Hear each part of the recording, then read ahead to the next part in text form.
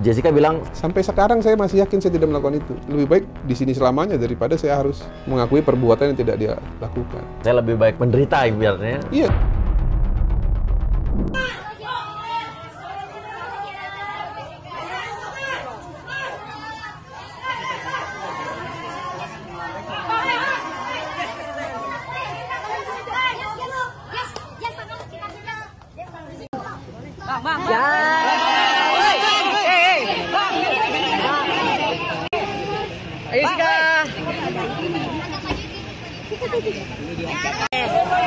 Kalau dialingin buat apa diinfoin?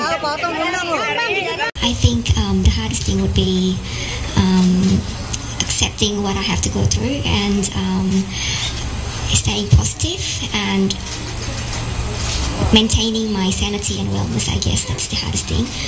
But sometimes when I'm feeling down, then I have to pick myself up again. And also, for Mina's family, well, I'm sorry for your loss. Like, it's my biggest condolences. But that's all I can say for now. Thank you. 3, 2, 1, close the hordeng.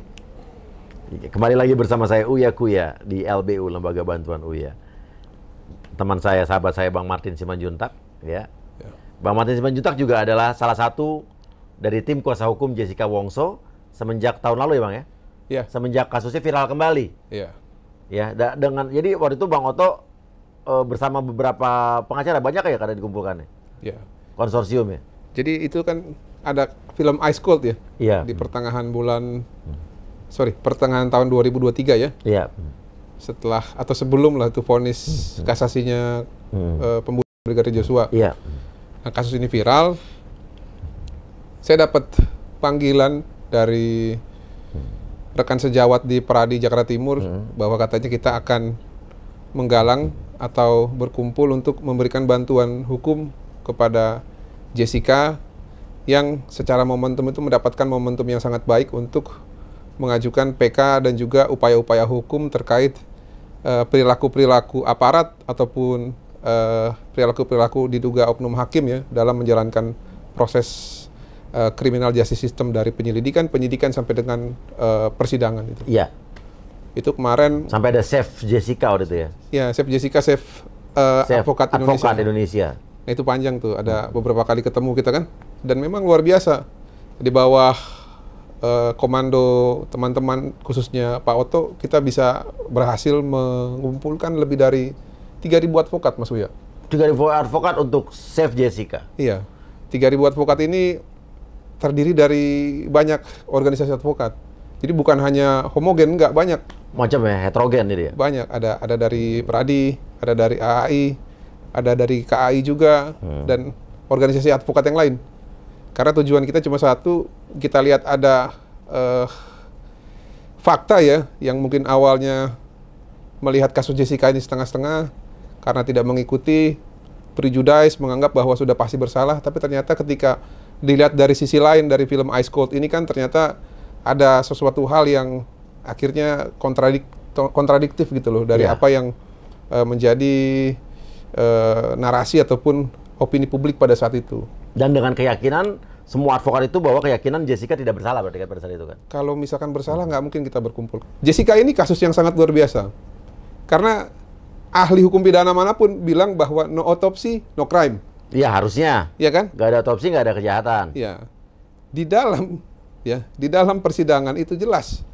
Ahlinya bilang nggak ada otopsi, hanya sampel. Berarti kan ada celah lain. Iya kan? Ada celah indikasi gejala klinis lain yang belum bisa dipastikan sebagai penyebab meninggalnya kalau tidak dilakukan otopsi secara menyeluruh, kalau diambil hanya sampel. Nah, dalam tindak pidana yang dalam asasnya dibilang in criminalibus probationis dan luca esse clariores, bahwa pembuktian hukum pidana harus lebih terang daripada cahaya, ini nggak masuk nih pembuktian model begini. Nah, itu salah satu dari sekian banyak yang buat saya dan teman-teman itu nggak percaya bahwa Jessica yang meracun ataupun meninggal karena sianida. Nah, akhirnya kita sepakat di situ, kita bilang tidak ada jalan lain kalau kita cinta keadilan Indonesia, kita harus mulai dari kasus Jessica ini di tahun ini. Akhirnya kita sepakat, kita lakukan tuh surat-surat kuasa yang diberikan oleh Jessica sebanyak kalau nggak salah ada 7 ya sama kuasa PK. Satu persatu ada kita tindak lanjuti untuk mengadukan kepada Bawas. Siapa yang diadukan? Hakim. Sempat diadukan. Hakim diadukan. Hakim. Oke, terus? Terus beberapa oknum kepolisian. Oknum kepolisian. Kita dalam bentuk pengaduan waktu Seperti siapa aja tuh saat itu yang diadukan? Nantilah. Tapi intinya ada beberapa itu. Dan Di kan sempat kelas ramai juga. penyidik apa udah pejabat? Ada yang penyidik, ada yang pejabat. Kalau nggak salah kan orangnya juga sempat merasa tersindir juga kan. Yang inisial K ya? Iya. Iya. Ada beberapa. Nah kebetulan kemarin saya dapat juga satu kuasa, cuman memang karena satu dan lain hal ya. Ini belum terlaksana, mungkin nanti ke depan akan dilakukan juga. Sampai terakhir di bulan Desember ya kalau nggak salah, saya dapat kesempatan itu besuk Jessica di lapas. Oke, Maksudnya Desember sempat ketemu Jessica. Ya, saya besuk, saya lupa antara Desember itu kalau nggak salah, awal Desember ya. Saya, Bang Bostam sama Kak Eli ke lapas Pondok Bambu. Pondok Bambu. Ketemu Jessica tuh, ngobrol-ngobrol, kurus banget Jessica. Kalau sekarang kan kemarin kelihatan kan agak berisi ya. Waktu ketemu di Desember itu kurus, kurus banget. Makanya saya bilang, wah, pas mau keluar sudah lebih berisi. Nah di situ cerita lah, banyak cerita kan. Cuman memang saya lihat Jessica ini orangnya humble ya, nggak apa ya bilangnya, nggak sulit beradaptasi dengan orang baru. Padahal kan saya ini bukan kuasa hukum dia di 2016. Kuasa hukum dia di 2016 memang Pak Bang Bostam. Nah, di situ kita ngobrol-ngobrol panjang. Saya sempat dapat kesempatan nanya, gimana Jess perasaannya? Tapi sebelumnya saya minta maaf dulu ke dia. Saya bilang, minta maaf ya. Saya mau nanya, bagaimana perasaannya kamu menjalani pidana, tapi kamu yakin kamu tidak melakukan itu? Apa katanya? Ya, dibilang awalnya sakit. Setahun itu katanya susah dia untuk menerima. Dia ngerasa kayak inferior gitu lah. Ya, cuma lama-lama dia coba berdamai dengan dirinya. Ya, sambil juga diberikan konsultasi dan juga dapat insight dari lingkungan yang menurut dia positif. Dan dia coba untuk membaur. Dia bilang ya... Apa? Jessica bilang apa? Ya, dia mencoba untuk membaur dan mencoba untuk menerima apa yang terjadi kepada dirinya walaupun dia yakin tidak melakukan itu. Jessica bilang? Iya. Jessica bilang saya tidak melakukan itu. Tidak. Sampai saat itu dia yakin. Dan saya nanyakan begini, seberapa yakin nggak melakukan? Iya. Sampai sekarang saya masih yakin saya tidak melakukan itu. Tidak melakukan pembunuhan itu? Tidak. Dan itu, ya. Dia tidak meracuni Mirna berarti kan? Enggak. Dan itu dapat dikonfirmasi karena gini. Saya tanya juga kan, kenapa nggak ngajuin gerasi? Sebenarnya kan pada saat momentum ice cold itu kalau kita mau pakai win-win solution kan gerasi itu kan kayaknya peluang buat dikabulkan besar tuh kan, karena ya dari sisi tekanan internasional, dari sisi kemanusiaan, dari sisi dalam negeri, ini kan juga harus menjadi suatu instrumen yang dipertimbangkan oleh pejabat-pejabat kita. Nah, cuman dia bilang gerasi itu kan persyaratannya mengakui perbuatan. Dia bilang ya saya lebih baik di sini selamanya daripada saya harus mengakui perbuatan yang tidak dia lakukan. Nah, jadi dia bilang gitu, saya lebih baik menderita ibaratnya. Iya, lebih baik saya menjalankan pidana ini dibanding saya harus mengakui perbuatan yang tidak pernah saya lakukan. Kan memang ya dia murah senyum sih. Iya. Habis itu dia sempat balik lagi ke tempatnya karena ada beberapa hal yang harus dilakukan, dan ini nawarin es apa tuh kemarin? Dia nawarin es yang ada jelly-jelinya gitu. Tapi berbentuk coklat. Nah, karena katanya di lapas itu ada yang buat dan itu dia kadang-kadang salah satu juga sebagai yang buat juga tuh. Dia nawarin ke kita kan. Kita sempat mikirin, waduh, ini kan ice cold juga nih kan. Iya. Saya jokes aja sama dia. Ya udah akhirnya kita minum sambil ngobrol-ngobrol, sambil dinanya gimana kasus saya, apa yang bisa dilakukan ke depan. Nah di situ saya jelasin ke dia kan, ya saya datang ke sini juga memang mau berkenalan dengan Jessica karena timnya Jessica yang tadinya kecil, sekarang Pak Oto buat lebih besar. sama rekan-rekan yang lain. Dan sekarang kita ada lebih dari 3.000 orang saya bilang yang akan membela Jessica beberapa bulan ke depan sampai dengan PK didaftarkan. Didaftarkan ya. Nah, saya bilang kebetulan saya dikasih mandat sama Pak Oto untuk menjalankan satu kuasa dan juga sebagai tanda petik ya, bukan saya ngerasa lebih senior enggak, cuma kebetulan pada saat itu memang dikasih mandat untuk membuat laporan ke Bareskrim terkait dugaan obstruction of justice dan juga penghilangan barang bukti yang dilakukan oleh oknum. Apa? Oknum apa nih? Oknum penyidik. Penyidik. Ya. Cuman memang belum dilakukan karena satu dan lain hal itu. Jadi yang diperintahkan ke Bang Martin belum sempat dilakukan laporan itu? Iya, belum. Oke, salah satunya apa? Itu terkait beberapa barang bukti yang harusnya dihadirkan, tapi tidak dihadirkan. Seperti apa? Pada saat itu, seperti yang ada hubungannya dengan yang disampaikan juga oleh rekan kita yang... Bang Rismon? Ya. Yang CCTV? Ya. Kan Bang Rismon kemarin sempat, jadi 10 hari sebelum Jessica dibebaskan, kita sempat tayangkan podcast kita bersama Bang Rismon yang dia meyakini bahwa CCTV kasus Jessica Wongso direkayasa. Malah dia sebutin semua orang-orang yang menurut dia merekayasa, dan disebutin juga beberapa pejabat-pejabat tinggi yang menurut dia ada andil dalam kasus ini. Tapi maaf, kita sensor namanya karena ya ada satu hal yang mungkin harus kita taati juga. Ya. Jadi itu. Nah, kenapa nggak dilaporkan? Saya yakin pasti ada pertimbangan tersendiri karena saya yakin bahwa memang momentumnya aja yang belum pas kemarin. Apa ada tekanan? Enggak ada. Kita advokat nggak bisa ditekan, Mas Buya. Iya. Ini karena pertimbangan strategi aja. Kalau kita advokat biasalah berbenturan ataupun bermasalah dengan oknum ya, asalkan bukan institusi ya.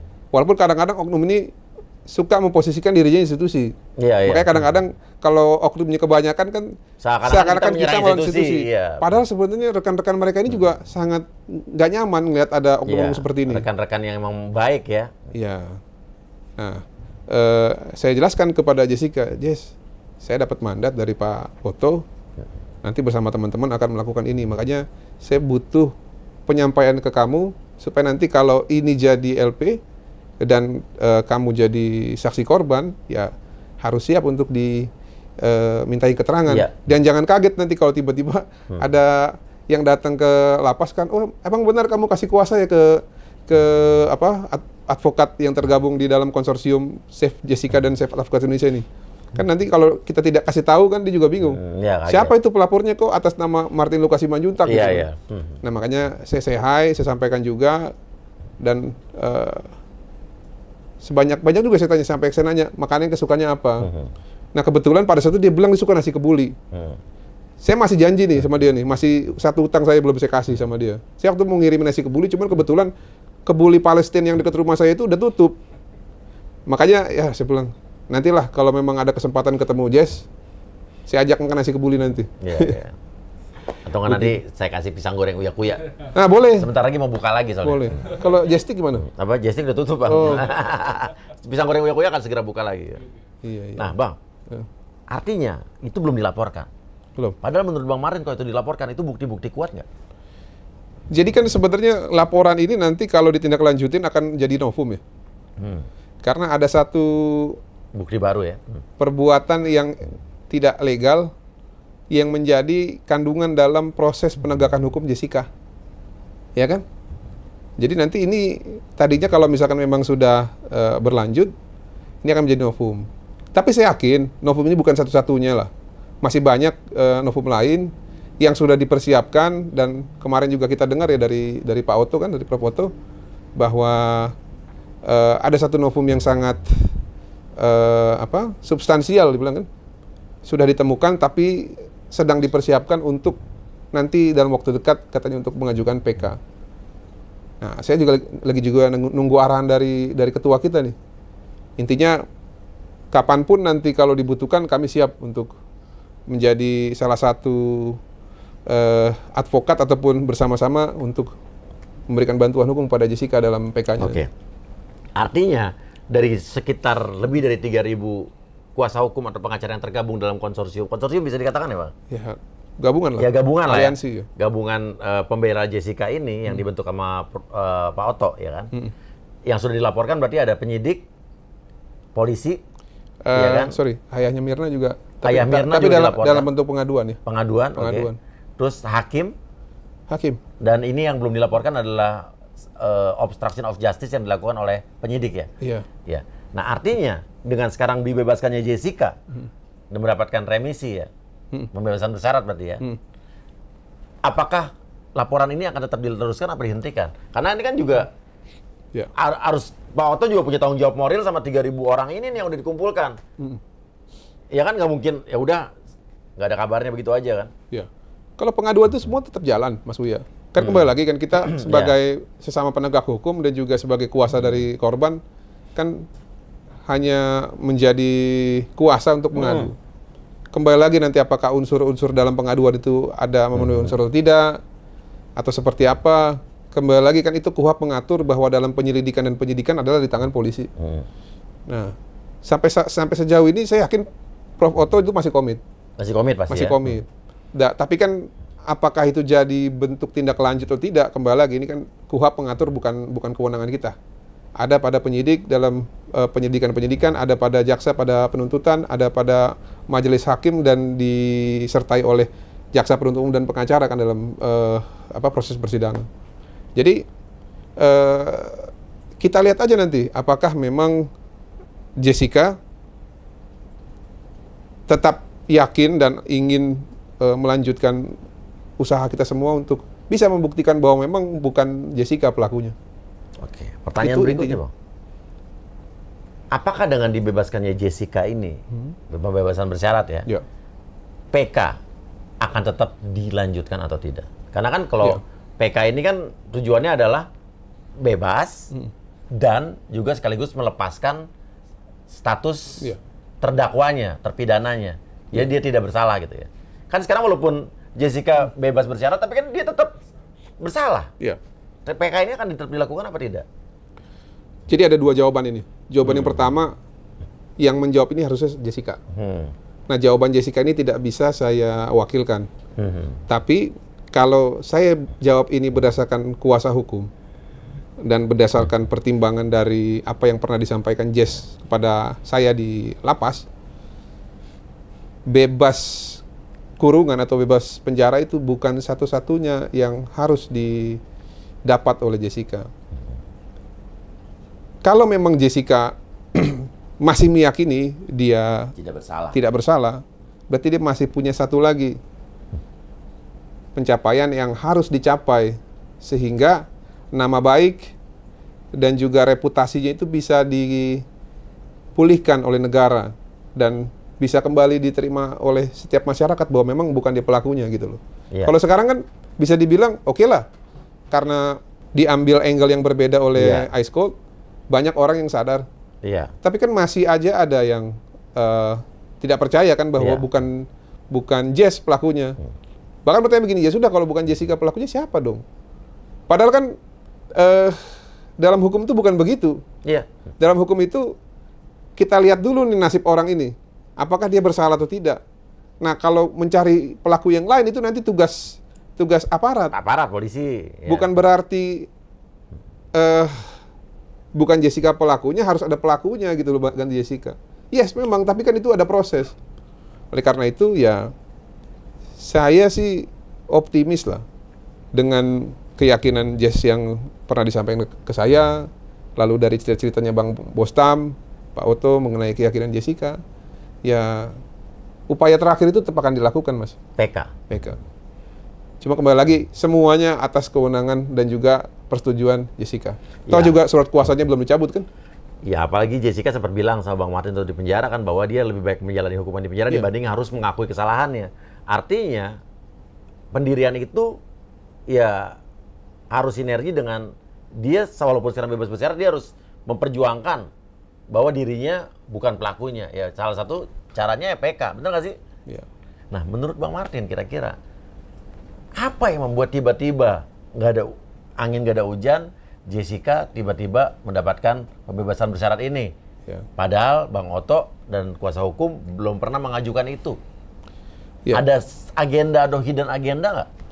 Nggak ada sih. Jadi gini, kalaupun ada mungkin itu di luar ini ya, di luar kehendak kita ya.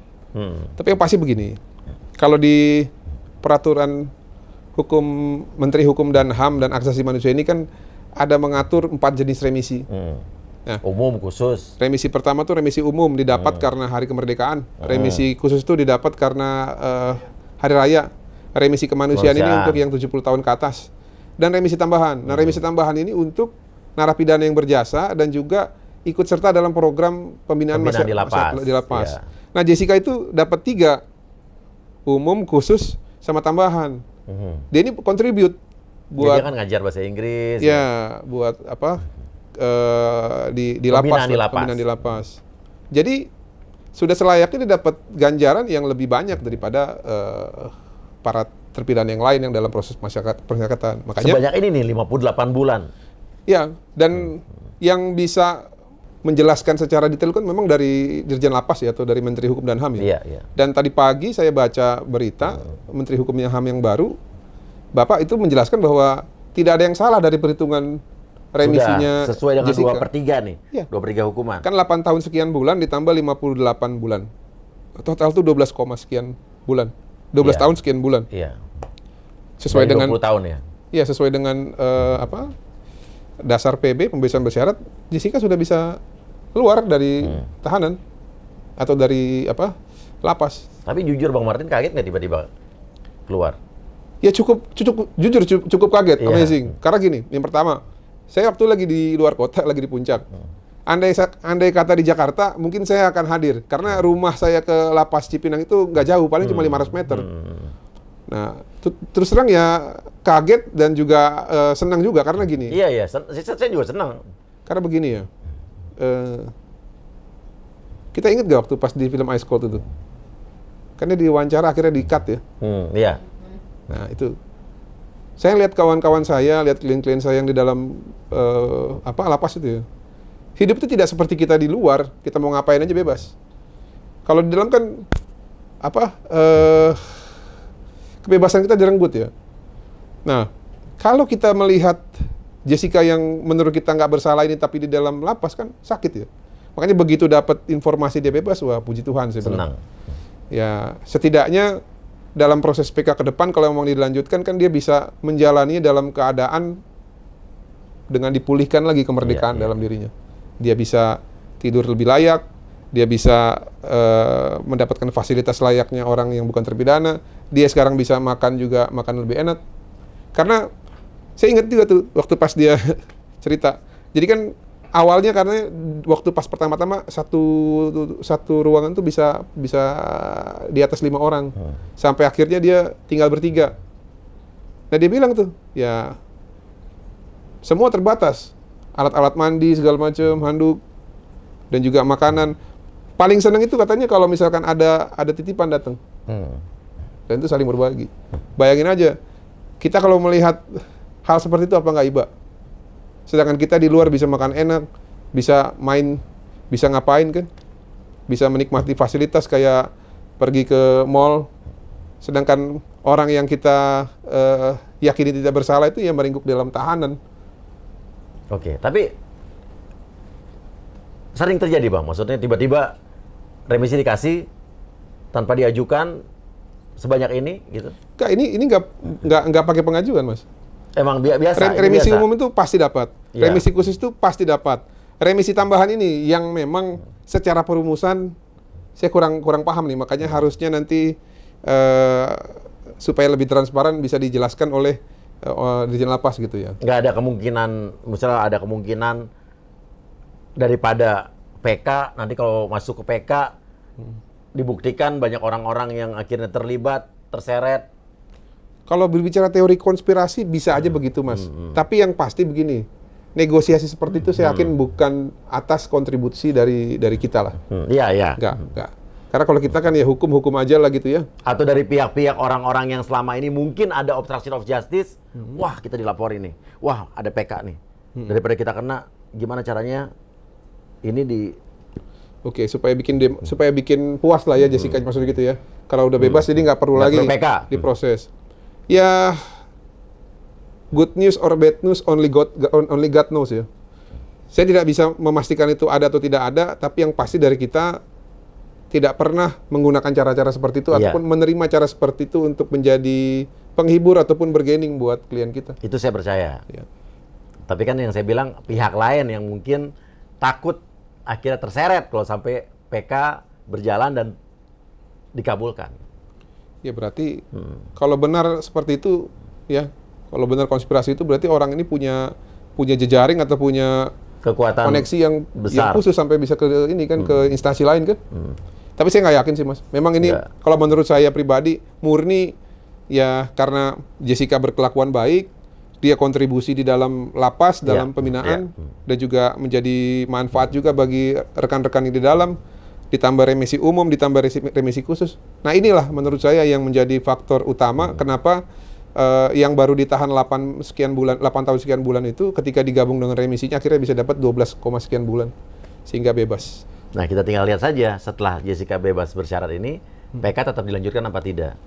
Kalau saya pribadi berharap dilanjutkan. Jessica tetap melanjutkan ini. Ya, betul. Walaupun itu kembali lagi ke kewenangan Jessica, karena kan setiap orang itu butuh kedamaian. Dan kemarin kan sebenarnya diulang lagi tuh yang disampaikan sama kita, sama saya Bang Bo, sama Kak Eli di dalam, yang dibilang dia sudah mencoba untuk berdamai dengan dirinya.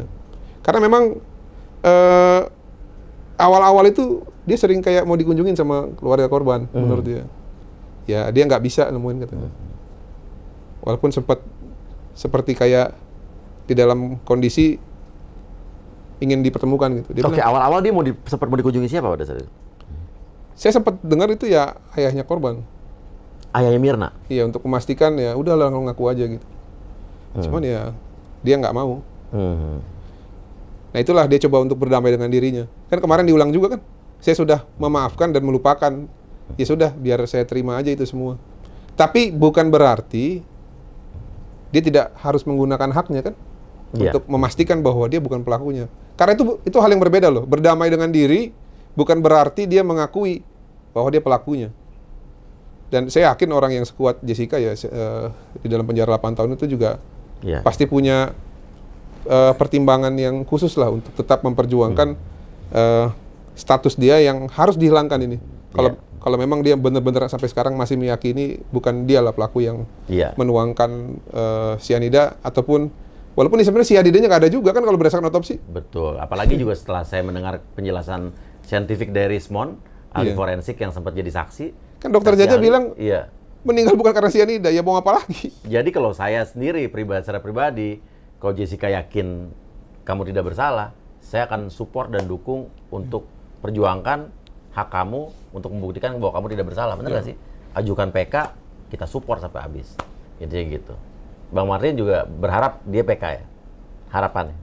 Ya, karena kan kita harus dapat kepastian nih. Ya. Kepastian apa? Kepastian status Jessica, apakah dia benar pelaku atau tidak. Nah itu bagaimana? Ada proses kan? Peninjauan kembali, hukum mengatur. Harus ada novum. Nah, novum informasinya sudah dipersiapkan.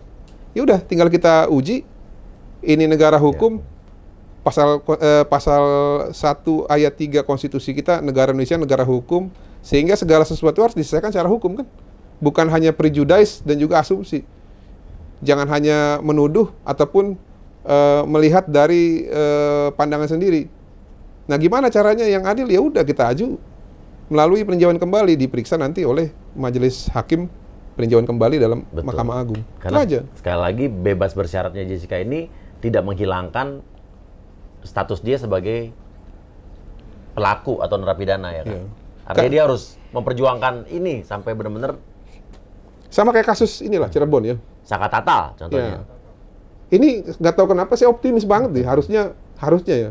Harusnya kalau diperiksa ulang ini dengan adanya pencabutan 2 keterangan ya dari Liga Akbar dan Dede. Walaupun Dede kan sebenarnya nggak menyampaikan keterangan saksi di depan persidangan kan. Tapi BAP kepolisian itu yang disumpah katanya. Walaupun sebenarnya jujur ya, itu nggak ada sumpah itu, cuma kertas doang. Iya. Kebanyakan begitu ya.